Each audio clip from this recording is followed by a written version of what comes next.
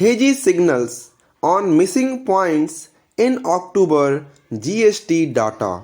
The omission of routine data points for October's robust GST revenues is puzzling.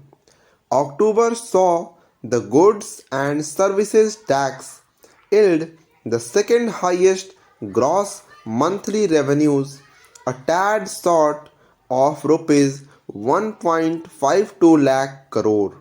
This marks the eighth successive month of GST collections exceeding rupees 1.4 lakh crore, including the record rupees 1,67,540 crore kitty in April.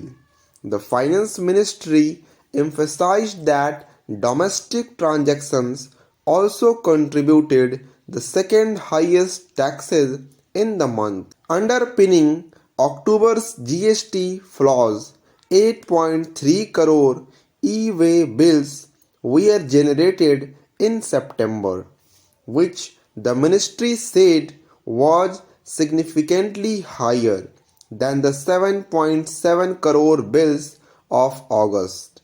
The festive season's onset surely boosted consumption as well as stocking up by sellers.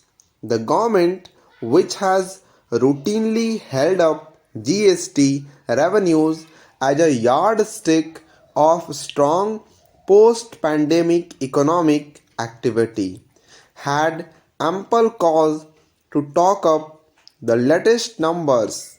April's record revenues, for instance, were said to be reflecting a faster recovery, and when revenues dipped sequentially in May, the government contended that the financial year ending in March had boosted April's tax kitty. Some of the bump up in October revenues may likely be similarly attributable to taxpayers filing quarter-ending returns.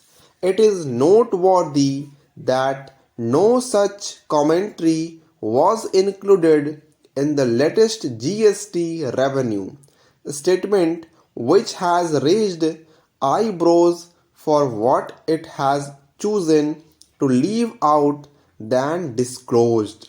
The ministry has omitted basic routinely shared data such as the year-on-year growth rate for overall collections and an explicit breakup of the growth in revenues from domestic transactions, usually clubbed with taxes levied on services imports and imports of goods. These numbers can be deduced to some extent. Imports of goods appear to have grown at a far lower pace than in recent months, going by integrated GST and the GST cess collections on them, rising 13% and 18% respectively, a great sign for an economy seeking to rein in a runaway import bill. Maybe the fact that overall revenues grew 16.6% from October 2021, the lowest growth rate since April's record kitty, prompted this reticence.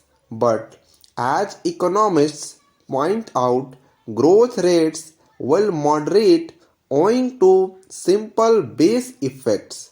Another factor may have been the tepid 2.7% sequential growth in revenues despite a 7.8% rise in e-way bills month on month. But if inflation is eating into consumption, it will show up one way or another.